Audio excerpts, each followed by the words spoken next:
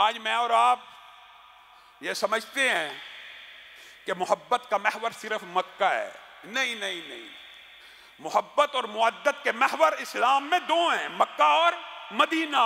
مکہ اور مدینہ. جس طرح حضرت ابراہیم کی دعا سے مکہ حرم بنا، اسی طرح رسول اللہ کی دعا سے مدینہ حرم بن گیا. رسول اللہ صلی اللہ علیہ وسلم نے کہا تھا میں محمد صلی اللہ علیہ وسلم اس مدینہ کے لیے دعا کرتا ہوں. بلکہ یہ بھی کہہ دیا کہ جس طرح باپ ابراہیم نے مکہ کے لیے دعا کی تھی اور اس کے لیے برکتوں کی دعا کی تھی، میں محمد صلی اللہ علیہ وسلم مدینہ کے لیے دگنی دعا کرتا ہوں. اللہ اس کے پھلوں میں، اللہ اس کے سا میں، اللہ اس کے مد میں برکتیں نازل فرما. حتیٰ کہ مدینہ کی جو حرم ہے، رسول اللہ صلی اللہ علیہ وسلم نے اس کا احترام مکہ کی طرح فرض کیا. کیا کہا؟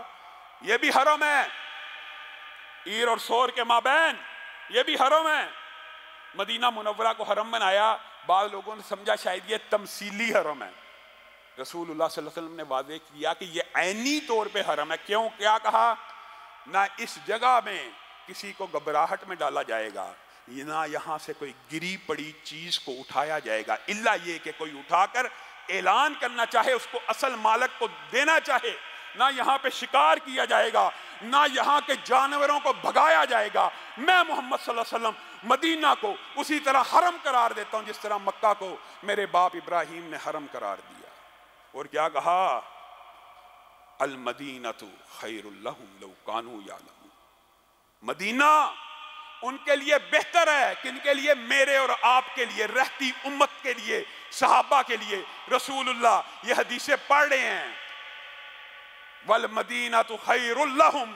اور ان کو کیا پتا کہ مدینہ ان کے لیے کتنا بہتر ہے.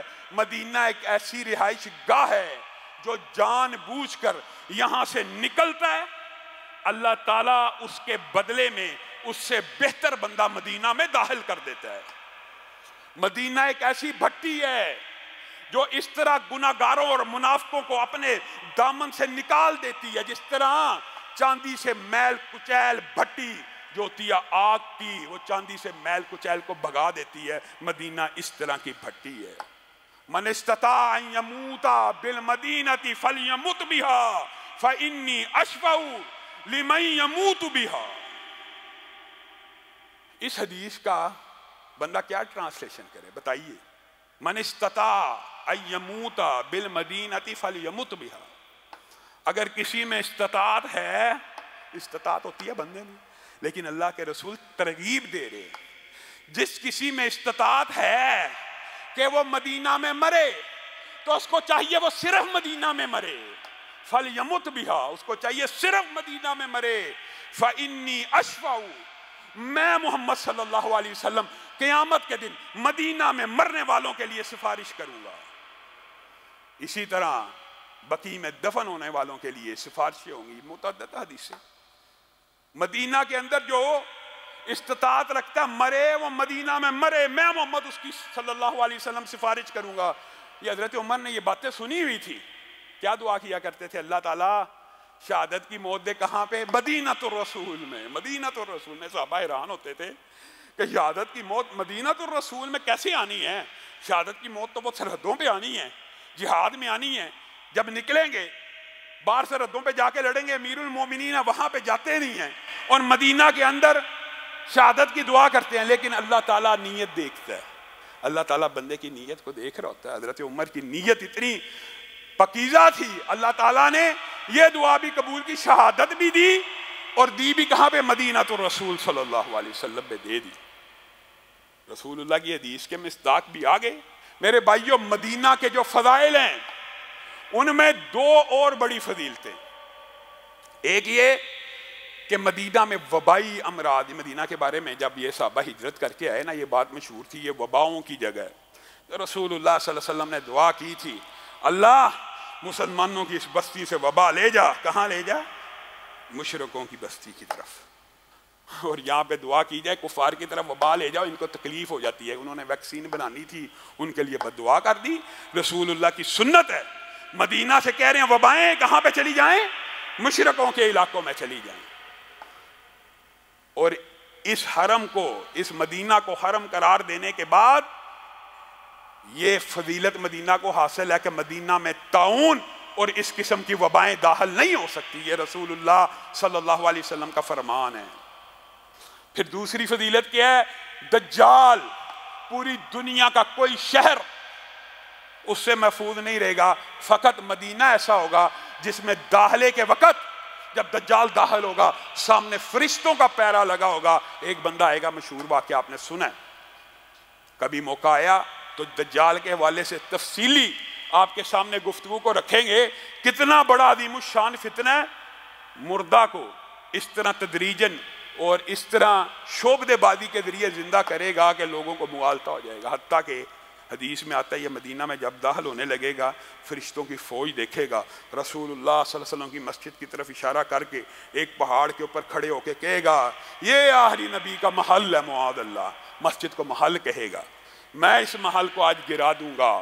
سرحد پہ داخل ہونے کی کوشش کرے گا، فرشتوں کی فوج، مسلمانوں کا ایک عظیم الشان نیک انسان اس سے مکالمہ ہوگا، اس کی گردن کو اڑا دے گا۔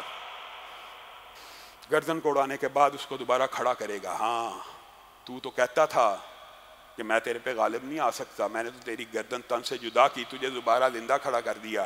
وہ بندہ کہے گا پہلے تو مجھے شک تھا، اب مجھے یقین ہو گیا کہ تو ہی دجال ہے، کیونکہ میں نے رسول اللہ کی یہ حدیث سنی ہے کہ ایک دجال ایک وقت شہر میں داخل ہونے کی کوشش کرے گا، وہاں پہ ایک بندے کی گردن کو مارے گا، اس کو دوبارہ زندہ کرے گا، مجھے امید ہے وہ بندہ میں ہوں، کیونکہ حدیث کے الفاظ ہیں پھر دوبارہ قتل کرنے کی کوشش کرے گا تو قتل نہیں کر سکے گا۔ دجال اسی وقت تلوار چلائے گا، ان کی گردن لوہے کی بن چکی ہوگی، تلوار نہیں کاٹے گی، اور اس بندے اس وقت بھی ایسا نیک بندہ، کیوں؟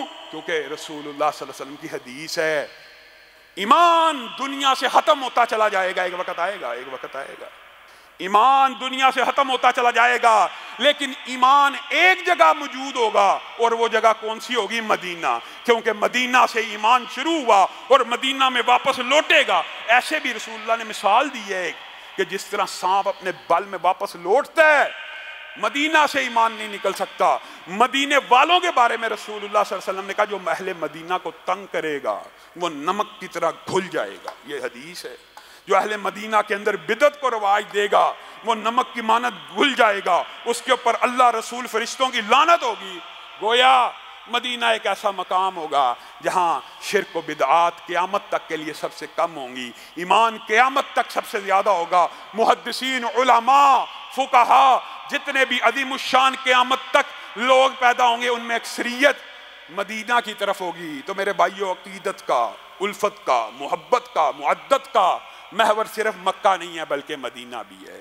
دو محور ہیں عقیدت و احترام کے، ہدایت کے سرچشمے دو ہیں، یا ہدایت مکہ سے آتی ہے یا ہدایت مدینہ سے آتی ہے۔ اللہ جو کہا گیا، جو سنا گیا، اس کو سمجھنے کی توفیق عنایت فرمائے۔